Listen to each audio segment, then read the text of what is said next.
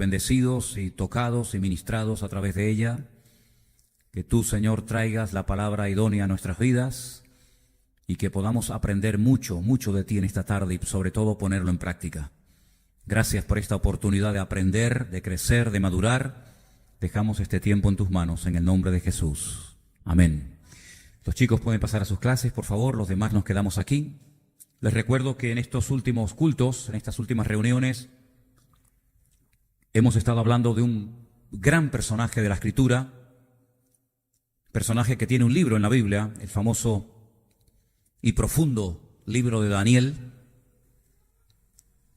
Y el jueves hablamos acerca de este personaje. No sé cuántos de ustedes recuerdan lo que aquí se compartió, pero hoy vamos a volver a hablar de Daniel. Y si tuviéramos que ponerle un título a este mensaje, yo le pondría, por ejemplo, enséñame a hacer tu voluntad. Enséñame a hacer tu voluntad. Todos los cristianos del mundo creo que sabemos a estas alturas, y si no deberíamos de saberlo, que nuestra obligación y nuestro deber como creyentes es hacer la voluntad de Dios. Pero no siempre sabemos cómo se cumple o cómo hacemos para cumplir con la voluntad de Dios.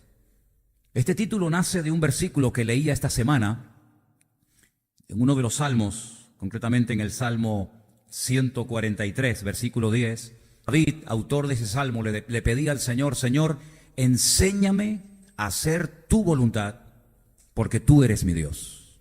Enséñame, quiero aprender a hacer tu voluntad, porque si yo soy tu hijo y tú eres mi Dios, yo quiero hacer tu voluntad en mi vida.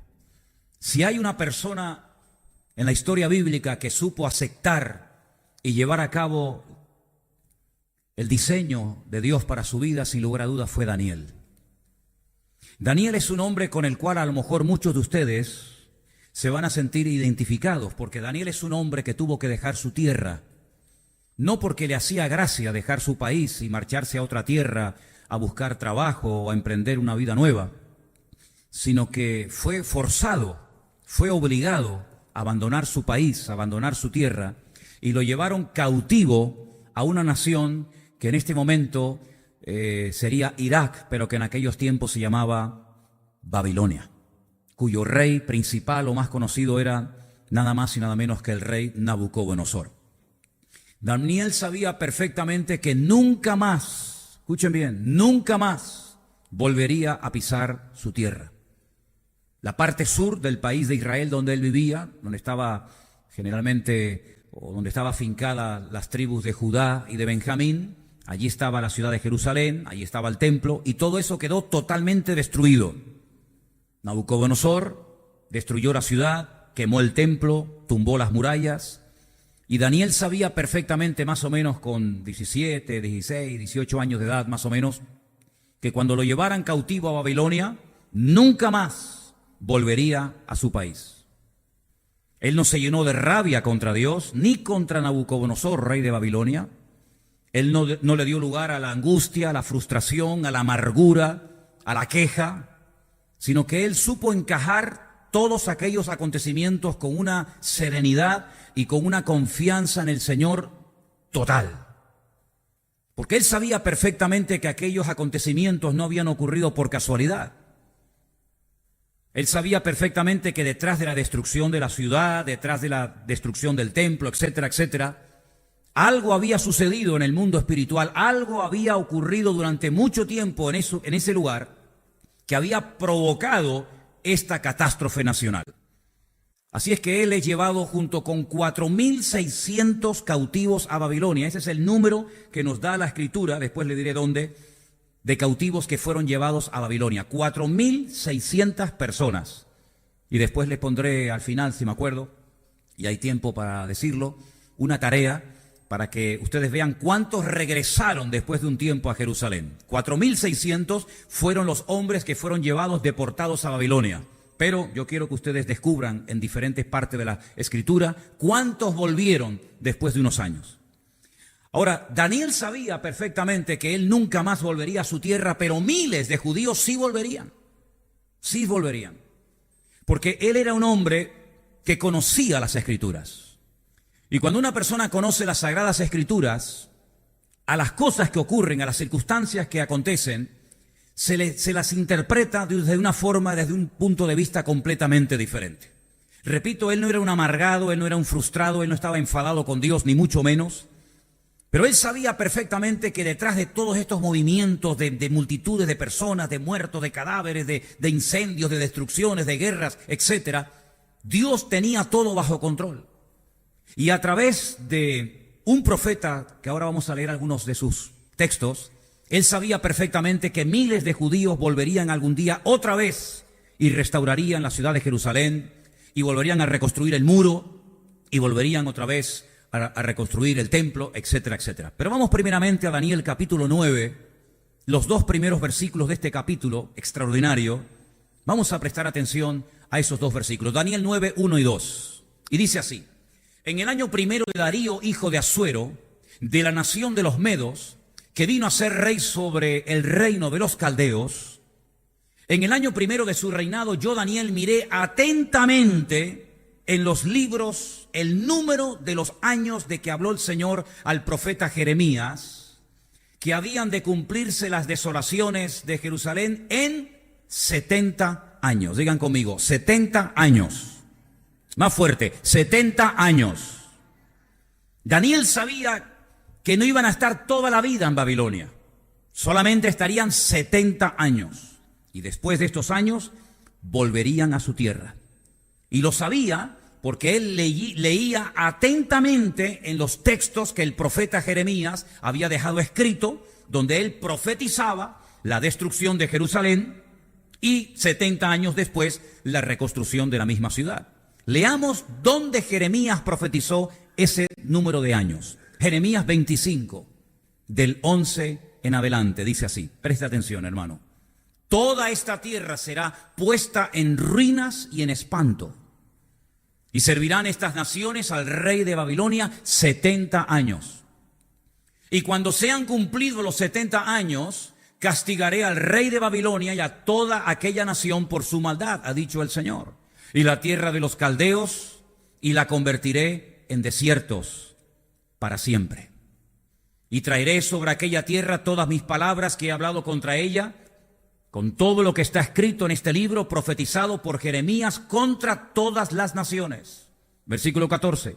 Porque también ellas serán sojuzgadas por muchas naciones y grandes reyes, y yo les pagaré conforme a sus hechos y conforme a la obra de sus manos. Ahí está la palabra profética. Ahí está la advertencia.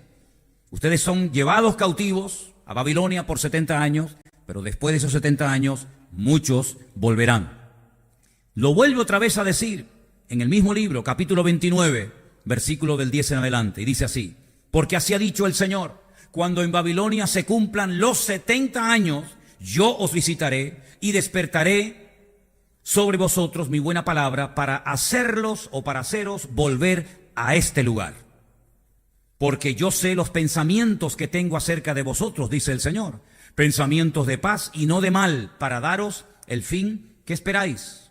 Versículo 12. Entonces me invocaréis y vendréis y oraréis a mí y yo os oiré.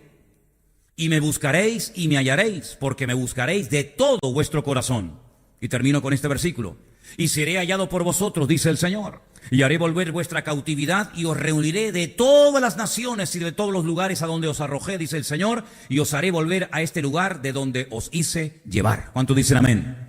70 años está diciendo el Señor a través del ministerio profético de Jeremías.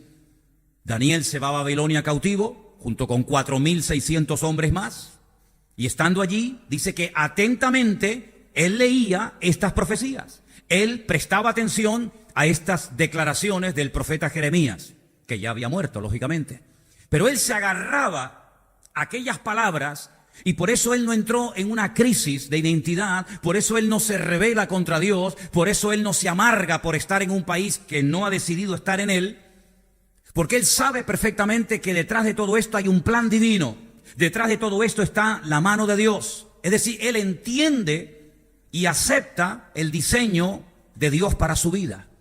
Él sabe que su ministerio no va a ser en Jerusalén, como tantos profetas tuvieron su ministerio en Jerusalén, sino que él donde tiene que vivir hasta el día de su muerte y marcar una diferencia y ejercer una influencia sobre aquella generación y sobre aquel reino perverso era en Babilonia. Por lo tanto, él dice, bueno, lo que voy a hacer es darle gracias a Dios por el privilegio que me ha dado a mí. En 4,600 cautivos me ha escogido a mí específicamente el Señor, no solamente para recibir este libro, sino para animar y para marcar una diferencia durante los años que el Señor me dé de vida. Él se dejó usar por el Señor. Él tuvo durante toda su vida una buena actitud. ¿Y cuántas veces yo les he dicho a ustedes que lo que marca la diferencia en la vida de un creyente es tener una buena actitud? Él tuvo una buena actitud. Y entonces Dios, dice la Biblia, que lo bendijo. La Biblia dice que Dios lo usó de una forma tremenda. Fue un hombre bendecido, fue un hombre tremendamente próspero.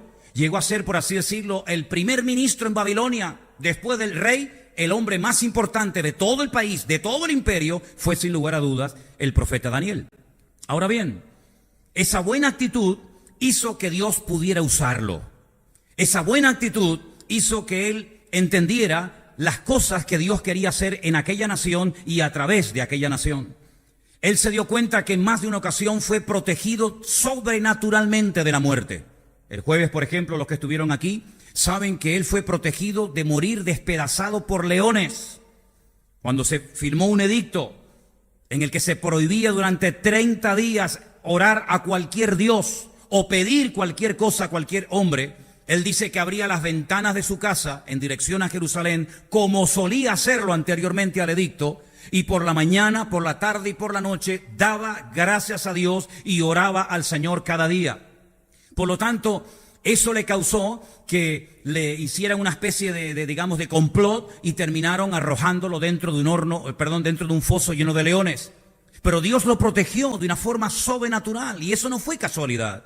Eso es la evidencia de que Dios quería usar la vida de este hombre durante algún tiempo más. Recibió revelaciones que ningún profeta del Antiguo Testamento jamás recibió. Recibió la revelación de la primera y de la segunda venida de Cristo o del Mesías. Recibió la fecha exacta de la primera venida del Señor Jesucristo. Daniel capítulo 9.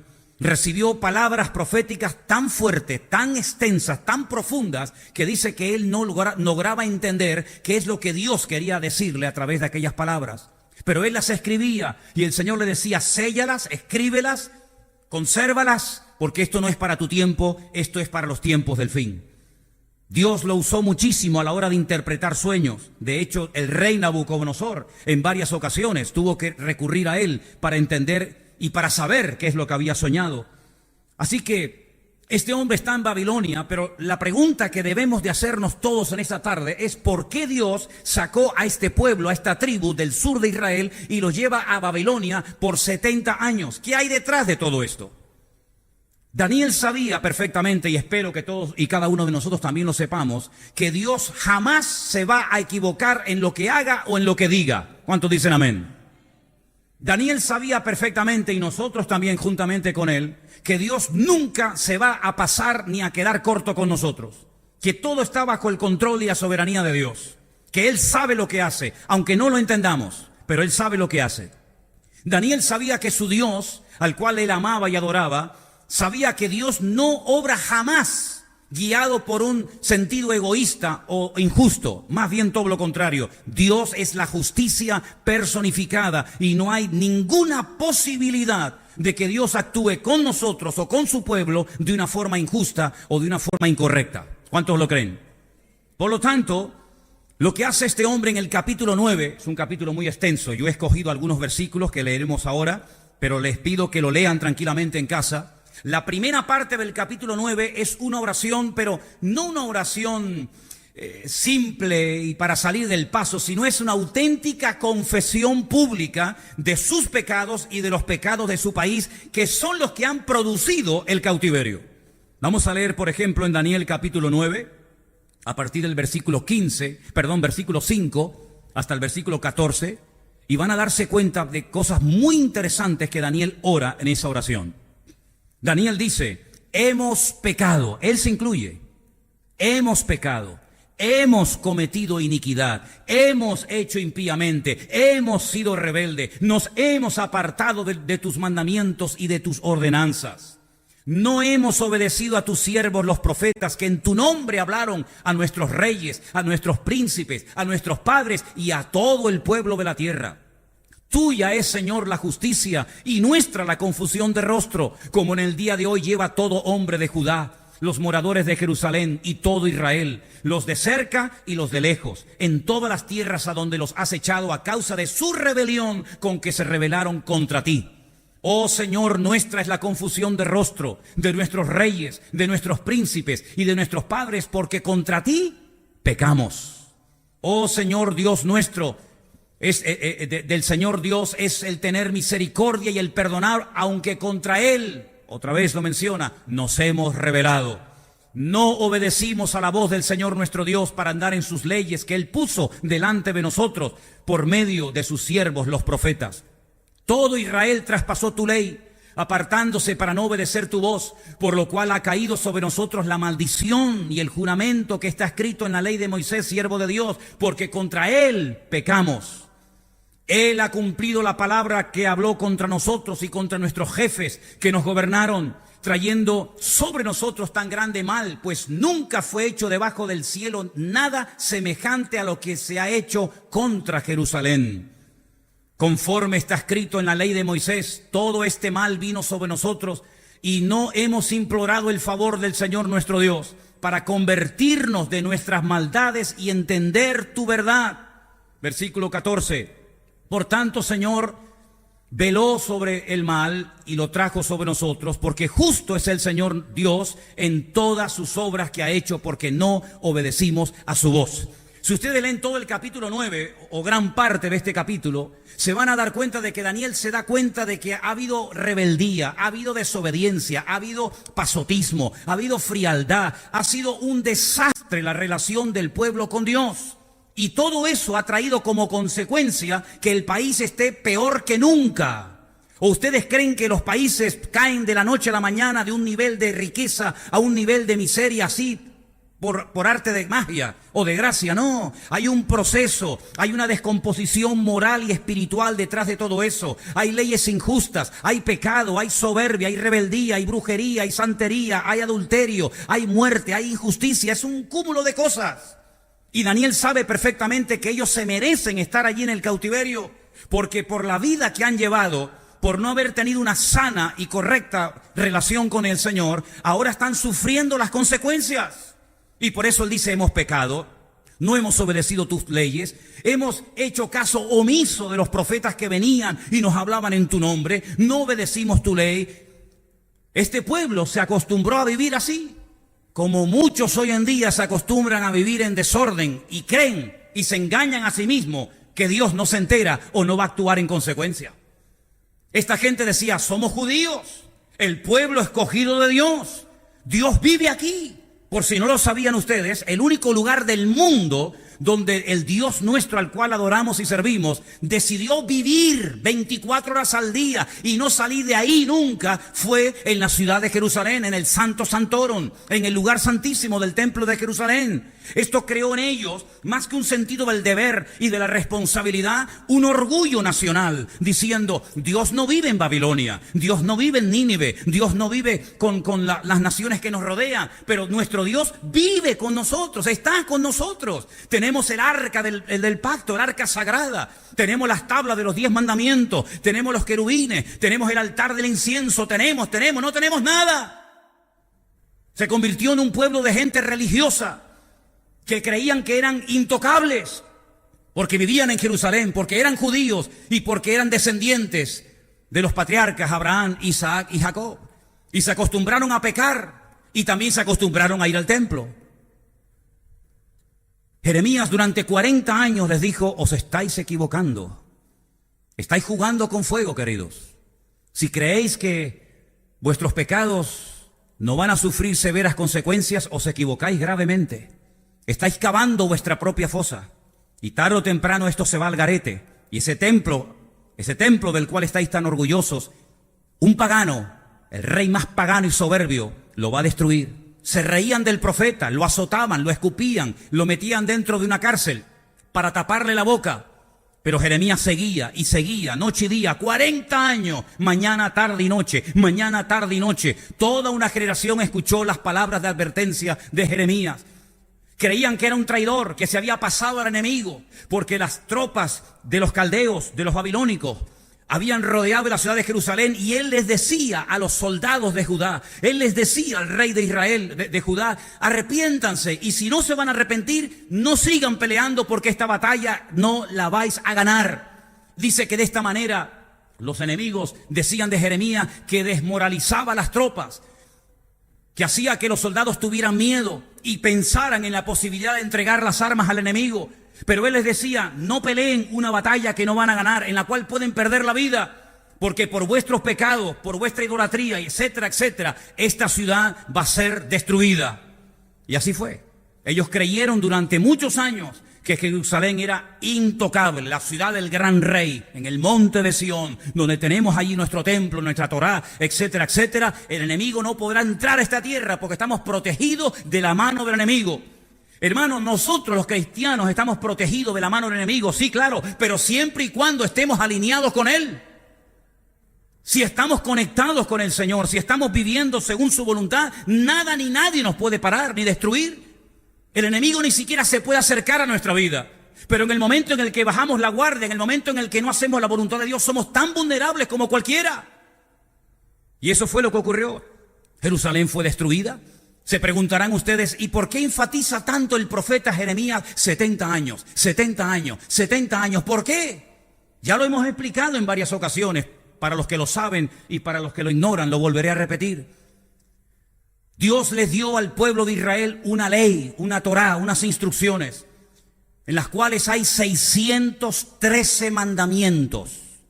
No solamente los 10 mandamientos que la mayoría de la gente conoce y cumplen los que le interesa, y los que no le interesa los dejan a un lado, sino que les dio 613 mandamientos. Y ahí estaba toda la vida del pueblo de Israel controlada. Fueras agricultor, fueras ganadero, fueras profeta, fueras juez, fueras rey, casado, soltero, viuda, separado, convertido, da igual. Allí estaba todo lo que Dios quería que el pueblo supiera. Una de las leyes que le dio, de las 613, consistía en el reposo de la tierra, en el descanso de la tierra cada 7 años. La Shemitah. Una ley que lógicamente solamente podían cumplirla los agricultores. El que no era agricultor, pues no le afectaba directamente, pero el que era agricultor tenía que dejar sus campos, sus fincas, sus terrenos al 7º año sin sembrar. Reposo total y absoluto de la tierra. Dependencia total del Señor, creyendo que la cosecha del 6º año sería tan abundante que podrían vivir el 6º, el 7º y lógicamente el 8º, porque si no habían sembrado el 7º no había cosecha para el 8º. 490 años permaneció Israel desde que entró con Josué, ¿se acuerdan? Desde que entró con Josué a la tierra prometida hasta que ocurre el cautiverio en Babilonia pasaron 490 años. Si cada 7 años tenían que dejar reposar la tierra y nunca lo hicieron en 490 años, quiere decir que durante 70 años la tierra no reposó. 70 por 7, 490.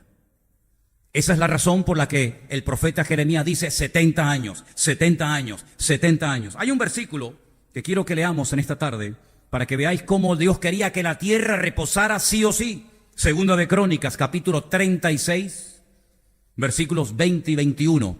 Mire cómo lo explica perfectamente ahí el texto. Los que escaparon de la espada fueron llevados cautivos a Babilonia y fueron siervos de él y de sus hijos hasta que vino el reino de los persas, para que se cumpliese la palabra del Señor por boca de Jeremías, hasta que la tierra hubo gozado de reposo. ¿Lo veis? Porque todo el tiempo de su asolamiento reposó hasta que los 70 años fueron cumplidos. Ellos pensaban que eso de dejar reposar la tierra cada 7 años no era tan importante. Otras cosas eran más importantes, pero esa, al fin y al cabo, algo que hay que hacer cada 7 años, si no lo hacemos, no pasa nada. Y hay muchísima gente hoy en día así. Si yo hago esto, aunque 100% no sea la voluntad de Dios, no pasa nada. Si no vengo a la iglesia, sino cuando me da la gana, no pasa nada. Si no oro, no pasa nada. Si no apoyo la obra de Dios con mis diezmos y ofrendas, como dice la Biblia, no pasa nada.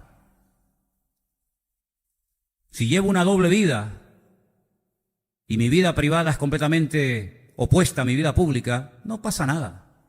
Si no leo la Biblia mucho y no me aprendo textos de la Biblia y no evangelizo y gano almas para Cristo, no pasa nada. Si vengo aquí o no vengo, no pasa nada. Y así van muchos por la vida, no pasa nada, no pasa nada, no pasa nada. Así se acostumbró a vivir Judá y Benjamín, con el no pasa nada. Dios es bueno. Y claro que Dios es bueno. Y claro que Dios es amor. ¿Y quién dice lo contrario? Pero ese Dios que es bueno, ese Dios que es amor, también es un Dios justo.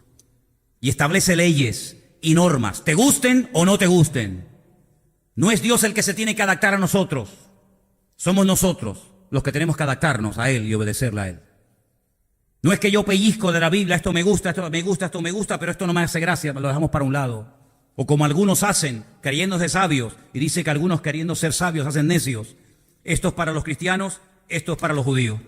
Y cuando me interesa me hago judío, y cuando me interesa me hago cristiano. Y cuando me interesa digo esto era para antes, y cuando me interesa digo esto para ahora y para mí. Esa es la forma como viven muchos hoy en día, montándose su vida, su manera, ¿verdad? Con sus planes particulares. Así vivió esta gente durante años, y ahí estaban los profetas, un día, otro día, por la mañana, por la tarde, por la noche. No pasa nada, hasta que pasó. ¿Saben que el último rey, hubieron muchos, ustedes saben, el último rey que tuvo Jerusalén se llamó, ¿alguien sabe? Sedequías. Sedequías, en el capítulo 52 de Jeremías, miren lo que hace el último rey antes de que Nabucodonosor destruya la ciudad. Escuche bien esto, por favor. Jeremías, capítulo 52, del 7 en adelante. Fue abierta una brecha en el muro de la ciudad. Se calcula que estuvieron como 1 año y medio los caldeos rodeando la ciudad, cortando el suministro de agua, batallando contra la ciudad, y después de un largo tiempo fue abierta una brecha en el muro de la ciudad. Y todos los hombres de guerra huyeron y salieron de la ciudad de noche por el camino de la puerta entre los 2 muros que había cerca del jardín del rey, y se fueron por el camino del Arabá, estando aún los caldeos junto a la ciudad alrededor. El ejército de los caldeos siguió al rey, alcanzaron a Sedequías en los llanos de Jericó. Los que habéis estado allí conmigo, sabéis más o menos la distancia que hay entre Jerusalén bajando por el camino del buen samaritano. Es el camino que había y que sigue estando. Y era el camino que llegaba directamente a la ciudad de Jericó, la ciudad de los sacerdotes. Bueno, pues allí llegó a Jericó y lo abandonó todo su ejército. Entonces prendieron al rey y le hicieron venir al rey de Babilonia, a Ribla, en tierra de Hamat, donde pronunció sentencia contra él. Degolló el rey de Babilonia a los hijos de Sedequías delante de sus ojos. Imagínate que maten a tus hijos, que les corten el cuello delante de ti para que sufras. Y también degolló en Ribla a todos los príncipes de Judá. No obstante, el rey de Babilonia solo, le hizo un gran favor, solo le sacó los ojos. ¿Alguien voluntario esta tarde para que se los saquemos a ver si duele? Solo le sacó los ojos. Ay, gracias.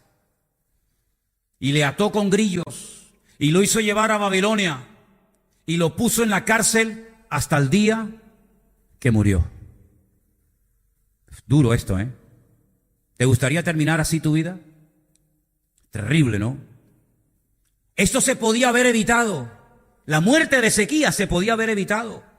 Jeremías le dijo, ríndete, si Dios ya no está con nosotros. Si ustedes hace mucho tiempo que se desconectaron de Dios, ¿cómo pueden pretender que Dios nos defienda cuando ustedes se han limpiado las manos y no quieren saber nada de Dios? Esto me recuerda a lo que pasó cuando cayeron las 2 torres gemelas en Nueva York, ¿se acuerdan? Muchos norteamericanos dijeron, Dios nos abandonó. ¿Por qué Dios permitió que nos atacaran en nuestra tierra y nos tumbaran las torres gemelas? Y el famoso evangelista, que ya está en la presencia del Señor, Billy Graham dijo, ¿ahora os quejáis de Dios? ¿Ahora le echáis la culpa a Dios, al Dios que habéis abandonado? Después de haber quitado la oración en las escuelas, después de haber prohibido evangelizar en muchos estados de los Estados Unidos a una persona hablándole del evangelio, después de que habéis quitado la Biblia de muchos lugares, ¿ahora os quejáis de que Dios nos ha abandonado? Más bien deberíamos de arrepentirnos y de lamentarnos de haber abandonado nosotros al Señor y no el Señor a nosotros. Pues así pasó, así pasó. El profeta Jeremías le decía, mira, por la mala vida que llevas, Dios no te va a defender, estás solo. Y cuando uno tiene el respaldo de Dios, hermano, uno pelea hasta la muerte si hace falta. Pero cuando Dios no te respalda, ¿a qué te agarras? ¿Cuál es el punto de referencia? ¿Cuál es tu apoyo? Ríndete. No lo quiso hacer. Prefirió huir, creyendo que de esa manera iba a salvar su vida. Y dice que salió de noche por una de las puertas que aún se pueden visitar en Israel, la famosa cueva de Sedequías, donde tantas barbaridades se hacen cada año allí. Huyó con su ejército hasta el desierto, cerca de la ciudad de Jericó. Los soldados lo dejan más solo que la una, llegan, lo atrapan, lo encadenan, le ponen grillos, le arrancan los ojos, se lo llevan a Babilonia y allí matan a sus hijos delante de él y allí muere como un perro. ¿Qué necesidad tiene la gente de sufrir? ¿Qué necesidad tiene de tocar fondo? ¿Qué necesidad tiene de terminar tus días botado como un perro en un garaje, en un solar o en un hospital o donde sea? ¿Qué necesidad tienen muchos que se llaman cristianos de terminar sus días así? Es que, ¿saben lo que pasa? Es que la actitud esa de que no pasa nada es mentira. El Señor dice que la paga del pecado siempre será la misma. Eso si lo leía un hermano del siglo I y lo lee un hermano del siglo IV y lo lee un hermano de la Edad Media y lo lee un cristiano de esta época, siempre leerá lo mismo, que la paga del pecado es la muerte. Pero algunos no se lo creen. Algunos no se lo creen. No importa que yo tenga una querida, no importa. ¿Qué más da? Dios es bueno. ¿Y qué importa si me congrego o no me congrego? ¿Qué más da?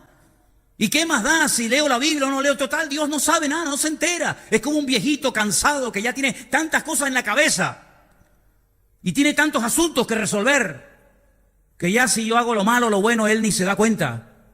Pues no, Señor. Dice la Biblia que los ojos del Señor recorren toda la tierra y Él sabe perfectamente cómo estamos y sabe perfectamente lo que estamos haciendo. ¿Cuántos dicen amén? Ellos creían que podían hacer lo que les daba la gana, pues se equivocaron.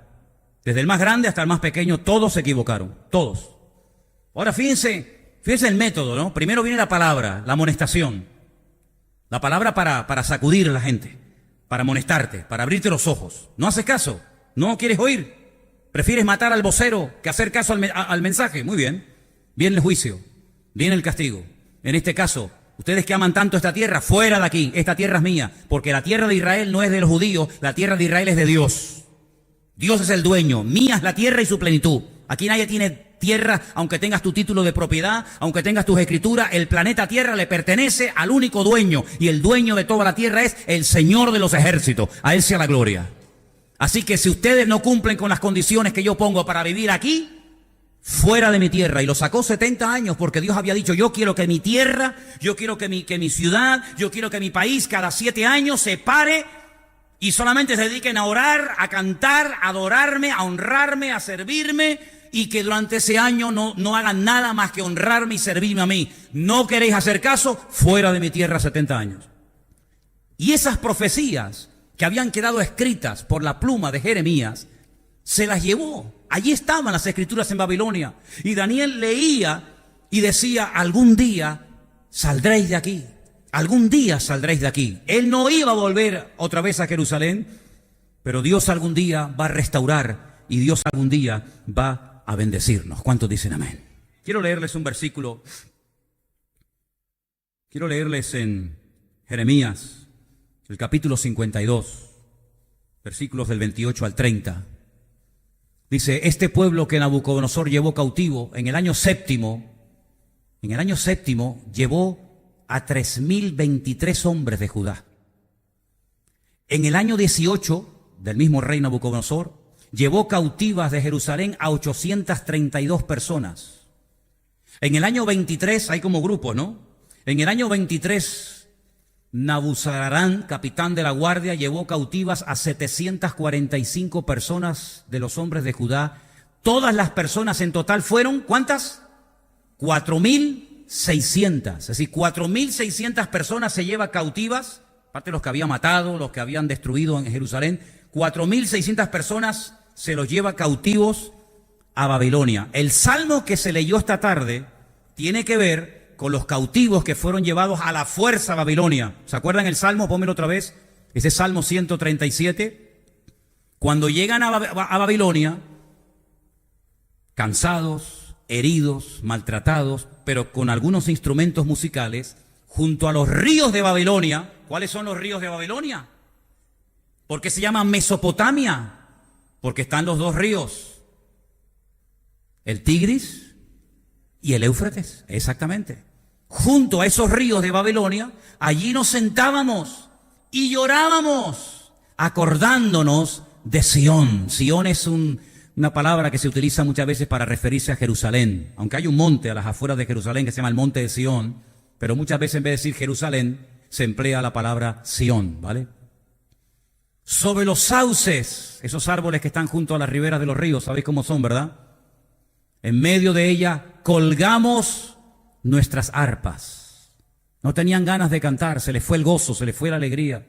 Los que nos habían llevado cautivos, los caldeos, los babilónicos, nos pedían que cantásemos.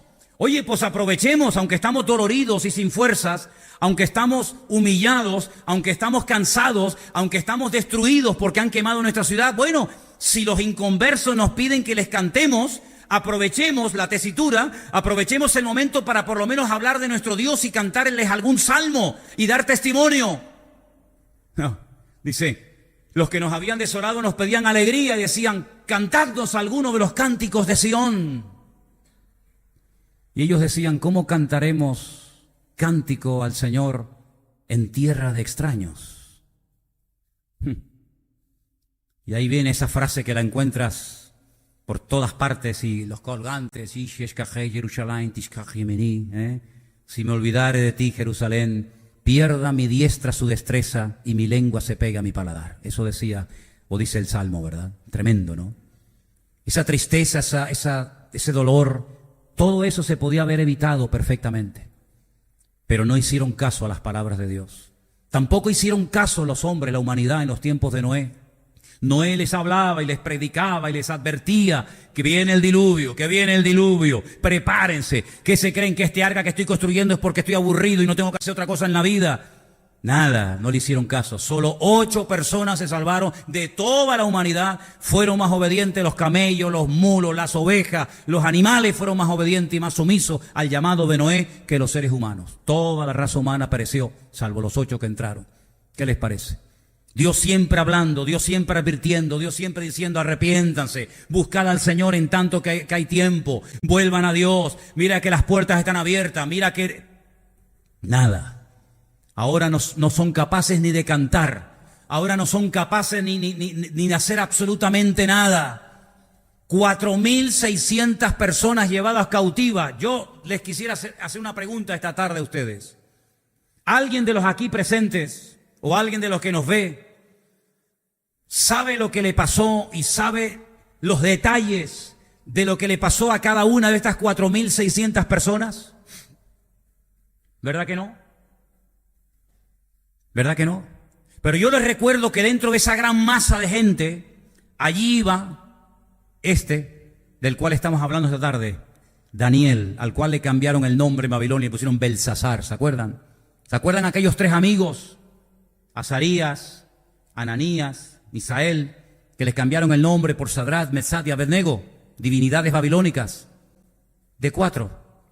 De los 4.600, podría hablarles horas y días enteros de estos 4, de los 3 amigos de Daniel y de Daniel. Y de los demás, no puedo decir absolutamente nada, porque la historia cuenta que se asimilaron, es decir, se diluyeron en la sociedad babilónica, en el estilo de vida de Babilonia.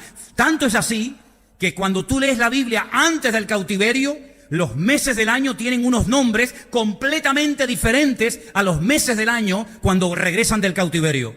Tienen un mes que lo llaman el mes de Tamuz. Y Tamuz es un ídolo, un muñeco de idolatría en Babilonia. Cuando volvieron de Babilonia, Ya se habían olvidado de hablar, como decía el Antiguo Testamento, judaico, hebreo. Ya no eran capaces de leer ni de entender las Escrituras.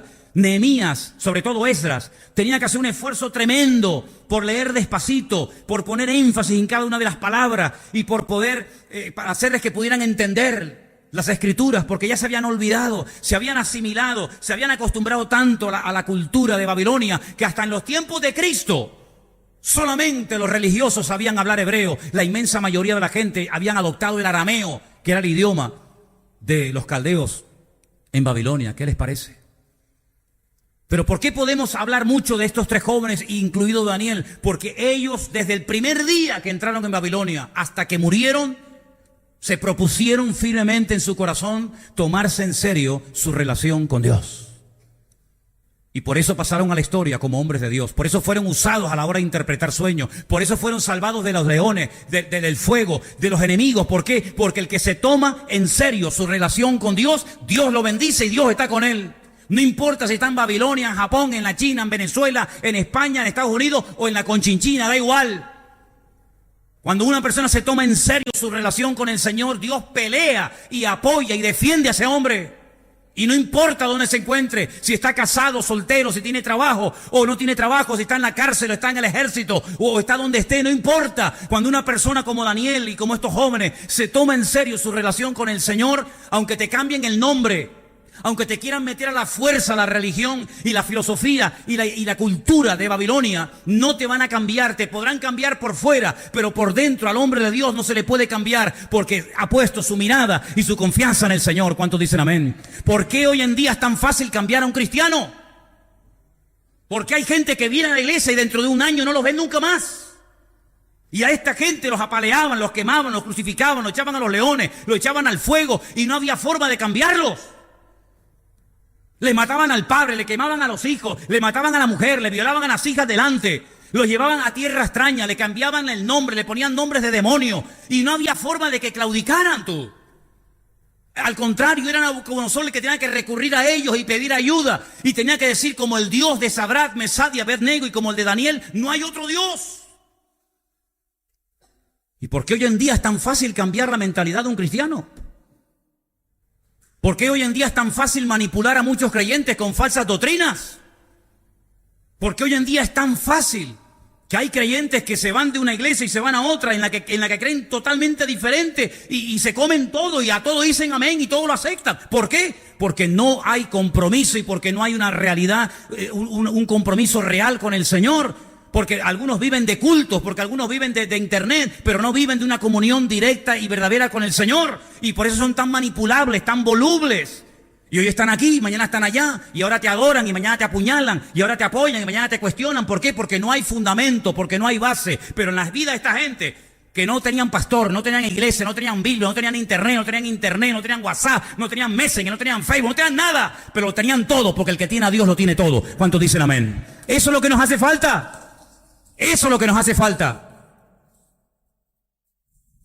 Claro, cuando ustedes hagan la tarea que yo les voy a pedir, ¿cuántos volvieron del cautiverio? ¿Podemos saber cuántos volvieron? Sí, claro.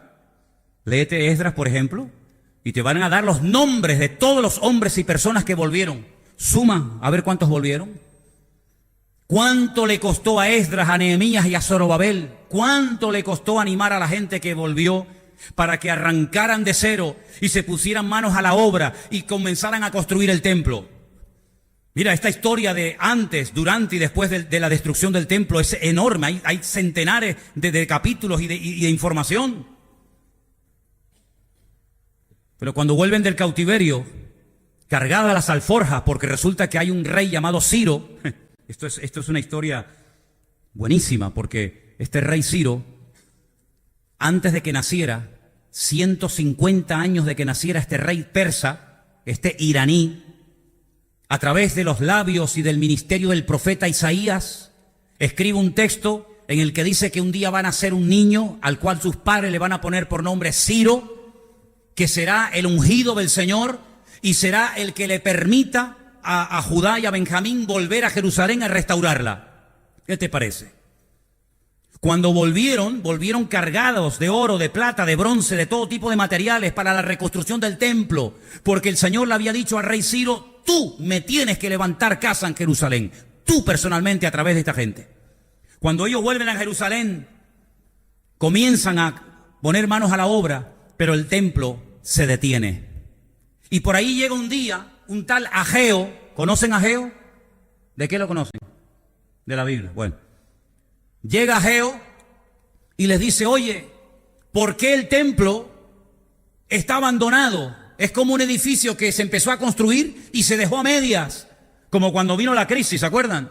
¿Cuántas obras, cuántas construcciones, cuántos complejos hoteleros quedaron sin puertas, sin ventanas? La gente se metía, arrancaba lo que habían metido. ¿Por qué? Porque no se podía terminar la construcción. Así estaba el templo abandonado, lleno de chacales, de animales. Y Ageo decía, ¿pero qué ha pasado? Ustedes ya hace 16 años que volvieron del cautiverio. Ciro les apoya en todo, tienen su apoyo, tienen su dinero, tienen su respaldo, tienen todo. ¿Por qué el templo lo empezaron a construir y no lo han terminado? Lo han dejado a medias. ¿Saben lo que decían? Porque aún no ha llegado el tiempo de construir la casa de Dios. ¿Será posible?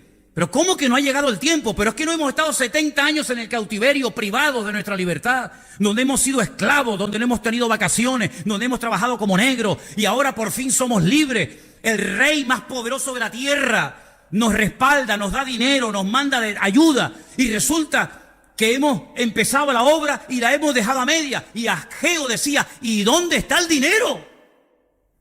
¿Dónde está todo el oro y las piedras preciosas? ¿Dónde está todo el recurso material que habían traído? ¿Dónde rayos lo han metido? Y le dicen, es que nosotros nos hemos construido nuestras casas con todo eso. ¿Cómo? Y Ageo dice, pero ¿cómo es posible que ustedes digan que no es tiempo para trabajar para Dios? Y os habéis construido unas mansiones alucinantes con el dinero que era para Dios. ¿Pero qué estáis haciendo? Cuando de esto se enteran Esdras, cuando esto lo oye Nehemías, se arrancan los pelos de la cabeza, se lanzan contra la gente, dice, pero es que no aprendéis de la historia. Vuelven otra vez a casarse con quien no tienen que casarse, vuelven otra vez a hacer negocios con los inconversos, vuelven otra vez a profanar el Shabbat, vuelven otra vez a lo mismo o peor. Y entonces esta gente se desesperaba y decía, pero otra vez vais a caer en la misma piedra, otra vez en los mismos pecados. ¿No os dais cuenta que nuestros antepasados fueron deportados a Babilonia por 70 años por lo que estáis haciendo ahora vosotros? Es que no terminamos de aprender. Es una tragedia que algunos cristianos tengan que enfermarse o ver a un hijo enfermo, o en la droga, para decir, voy a comenzar a ir a la iglesia, a orar un poquito más y a leer la Biblia. Pues existe gente así, aunque parezca mentira. ¿Nos tienen que venir desgracias para que busquemos a Dios? Pues bienvenidas sean las desgracias. Si a través de ellas aprendemos y buscamos a Dios, que empiecen a caernos todas encima. Pero esa no es la forma, ese no es el método que Dios quiere para nosotros, que somos sus hijos y su pueblo y su amada iglesia. Él nos habla y nos instruye a través de su palabra, pero ¿cuántas veces nos tiene que hablar Dios? ¿Cuántos sermones más nos faltan por oír para darnos cuenta de que el no pasa nada es mentira? Sí pasa, aunque por un tiempo parece que escapo.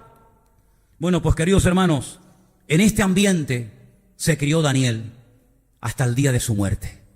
Él nunca más volvió a Jerusalén, él no vio el templo reconstruido. Pero él fue fiel a Dios hasta el día de su muerte, porque él sabía que ese era el lugar y el tiempo en el cual tenía que servir a Dios. ¿Cuántos dicen amén? ¿Y nosotros? ¿Cuánto más les tengo que predicar ya a ustedes? ¿Saben cuántos años llevo subido a este púlpito? ¿Saben cuántos sermones hay almacenados en internet? ¿Saben cuántas horas de estudio bíblico y de predicaciones y de consejos y de oraciones hemos tenido en estos últimos 17 años? Si echáramos suma y comenzáramos a sumar todos los sermones, los estudios bíblicos, las oraciones, los consejos, las palabras, no sé qué, no sé cuánto, no es por oír más, no es por oír, y no es porque lo diga fulano o lo diga mengano, sino es porque en el fondo de nuestro corazón yo creo que es tiempo de que comencemos a tomarnos más en serio nuestra relación con Dios. ¿Hay alguien aquí que se va a tomar en serio su relación con Dios? Luego, a partir de mañana, tu vida será completamente diferente. Porque si a partir de mañana o de hoy mismo te vas a tomar más en serio tu relación con Dios, Algo diferente tendremos que hacer. Porque si seguimos haciendo lo mismo, no veremos cambios diferentes. Para ver cosas diferentes, habrá que hacer cosas diferentes, no siempre las mismas, para obtener los mismos resultados, ¿no les parece? Daniel dice que oraba 3 veces al día, mañana, tarde y noche, como solía hacerlo, con las ventanas abiertas, mirando a Jerusalén y dando gracias. Yo les dije el jueves, ¿por qué no lo hacemos nosotros durante 30 días? Porque así fue el edicto que se firmó. Durante 30 días, que nadie en nuestro imperio eleve oración a hombre o a Dios alguno, bajo pena de muerte. Y Daniel entró por aquí y le salió por allí y dijo, a mí eso no me afecta. A mí nadie me va a cortar mi comunión con el Señor. Me da igual lo que me hagan, me da igual lo que me digan. Aquí estoy. Y para no esconderme, abro las ventanas de mi casa, no me voy a la habitación, digo, no digas nada, que no se entere nadie. Al fin y al cabo, con las ventanas cerradas abiertas, Dios me va a escuchar igual. Al fin y al cabo, bajito o en alta voz, Dios me va a escuchar igual. No, yo no me tengo que esconder de nadie, porque yo no estoy cometiendo ningún crimen ni ningún delito. Yo estoy hablando con Dios, el Dios vivo, el Dios verdadero, el Dios poderoso. Y a mí nadie me va a tapar la boca. Hombre, algunos cristianos, si hay un edicto de no orar en 30 días, le vendría de perla, ¿no? Así te evitas el tener que orar. Pero a Daniel lo mataba si le impedías tener comunión con Dios. Esa era la forma de matar a Daniel, cortándole su cordón umbilical con Dios, su relación. Y a Daniel casi le cuesta la vida. Dios lo protegió de la boca de los leones. Pero yo quiero proponerles que a partir de hoy es día 19 de septiembre, ¿no? Domingo. 16. Vale, 16. Les propongo que durante un mes, hasta el 16 de octubre, mañana, tarde y noche. Establecer un horario va a ser un poco complicado, pero por ejemplo, cuando digo mañana me refiero a lo primero que haces nada más levantarte. Antes de lavarte la cara, los dientes, antes de ir al baño. Una vez que pongas ya el pie fuera de la cama, de rodillas. Y haces una oración. Aviva tu obra, aviva mi vida y que yo sea una persona como tú quieres que yo sea. Al mediodía, antes de comer, después de comer, como prefieras, otra vez de rodillas. Señor, aquí me tienes, cambia mi vida, aviva mi casa, aviva mi vida, mi ministerio, avívame, cuídame, protégeme, ayúdame, guárdame, bendice tu obra. Por la noche, pongamos antes de dormir, porque ya dormido va a ser complicado. Nos ponemos otra vez de rodillas. Les propongo, desde hoy, 16 de septiembre de 2018, hasta el próximo 16 de octubre de este mismo año, 3 veces al día, mañana, tarde y noche, mañana, tarde y noche, mañana, tarde y noche, 30 días seguidos, orando. Algo tiene que cambiar, algo tiene que ocurrir. Hermanos nuestros, tal vez no van a ser operados porque Dios hará un milagro.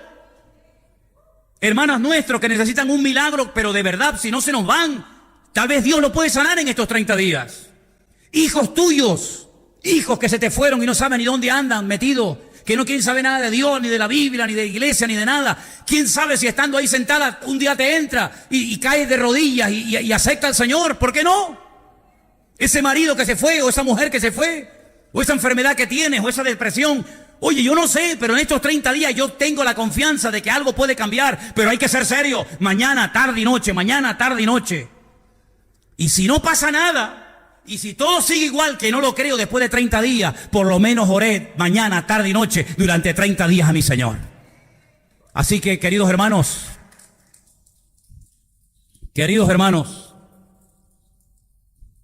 no busco gente que para quedar bien digan, sí, yo lo voy a hacer. Porque lo haga usted o no, a mí me da igual. Me afectaría en el sentido que me daría pena por ti, pero yo lo voy a hacer, lo hagas tú o no, me da exactamente igual. Pero solamente le voy a pedir en esta noche, y por favor, mire, piénselo bien, porque usted no se está poniendo de pie a lo que yo voy a decir ahora. No lo hagas por emoción, no lo hagas para que no te diga nada la mujer que está al lado, no lo hagas por eso, No lo hagas por eso. Me da igual si se levantan todos, se levanta uno, me da igual, exactamente igual. Solamente voy a pedir que los que a partir de hoy, bueno, ya de mañana, ¿sí? Porque si es mañana, tarde y noche, arrancamos a partir de mañana. Se comprometan delante de Dios. Yo no tengo ningún compromiso contigo ni tú conmigo. Yo no pacto con hombres ni usted tiene que pactar conmigo. Esos son rollos raros que enseñan por ahí. Aquí no hacemos pacto con hombre, aquí hacemos pacto con Dios. ¿Vale? Si ha hecho pacto con hombre, ya lo puede estar rompiendo. Usted haga pacto con el Señor. Usted quiere ir en serio con el Señor. Y usted a partir de mañana, cuando se levanta por la mañana, me pongo de rodillas y voy a orar a Dios. Y no que voy en el coche y Señor, no. Lo primero, eso, a mediodía y a la noche, 30 días seguidos. Solamente a eso les voy a pedir que se pongan de pie. A los demás que se queden sentados, no pasa nada. No va a pasar nada si usted no se pone de pie. Solamente los que lo vayan a hacer. Y los que los vayan a hacer, vamos a orar en este momento para que el Señor nos ayude a todos a cumplir con este compromiso que hacemos delante de Él y que Dios nos ayude el día 16 de octubre aquí decir, Señor, con tu ayuda logré orar 3 veces cada día, por la mañana, por la tarde y por la noche, para que tú avives tu obra y cambies mi vida. ¿Cuántos lo creen? Cierra tus ojos ahí donde estás, por favor. Ahí donde tú estás, Dios te está viendo, Dios te está escuchando, te conoce perfectamente. Dile con tus propias palabras al Señor ahora mismo, Señor, yo quiero, tal vez por primera vez en mi vida, comprometerme a hacer algo así. Por la mañana, nada más levantarme, al mediodía y antes de dormir, ponerme de rodillas, solo o acompañado, me da igual, pero delante de Dios, a orar por mi vida y por tu obra, Señor. Y Dios puede hacer cosas impresionantes en este mes, hermanos, créanme. Estamos a punto probablemente de ver cosas que nunca en nuestra vida se nos habían ni siquiera pasado por la mente que veríamos. Pero Dios nos puede dar grandes sorpresas. Nuestra hermana Rosy necesita un milagro. Nuestro hermano Armando necesita un milagro. Yolanda necesita un milagro. Muchos de los que estamos aquí necesitamos un milagro, un cambio, una renovación espiritual, una transformación interior. No me digan ustedes que hemos llegado a un punto en nuestra vida en el que ya estamos totalmente satisfechos y a nosotros no nos hace falta de nada. No, queridos, vamos a tomarnos en serio este mes y vamos a ir a por todas con ayuda del Señor. Padre, en el nombre soberano, magnífico y poderoso de Jesús, tu Hijo amado, oramos, Señor, delante de tu altar y queremos pedirte que nos ayudes para que durante este mes podamos cumplir con este voto, Señor, con esta promesa de orar 3 veces por día de rodillas delante de ti, Señor. Yo te ruego, Señor, que notemos todos en nuestra vida y en la iglesia cambios poderosos a raíz de esto que vamos a hacer, Señor. Porque yo sé que tú eres galardonador de los que te buscan. Y yo sé, Señor Jesús, que si lo hacemos de corazón, sinceramente, tú vas a bendecir a tu pueblo de alguna manera, Señor. Señor, gracias de antemano te damos, porque sabemos que va a ser algo que va a traer bendición a la iglesia, a las familias, a los jóvenes, a los niños, a las maestras de escuela dominical, a cada uno de nosotros va a traer renuevo. Y también oramos porque sé que hay muchos hermanos, porque así nos lo han hecho saber, que lo van a hacer en Israel, que lo van a hacer en la península, que lo van a hacer en muchas naciones del mundo. Y te pido, Señor, que juntos, unánimes, oremos para que haya un despertar espiritual en la iglesia del Señor. Que haya un apego a las Sagradas Escrituras, Señor. Que haya un amor por ti, por tu obra, como jamás en la vida habíamos pensado tenerlo. Y que veamos auténticos milagros, vidas transformadas, gente sanada, situaciones transformadas por el poder de Dios.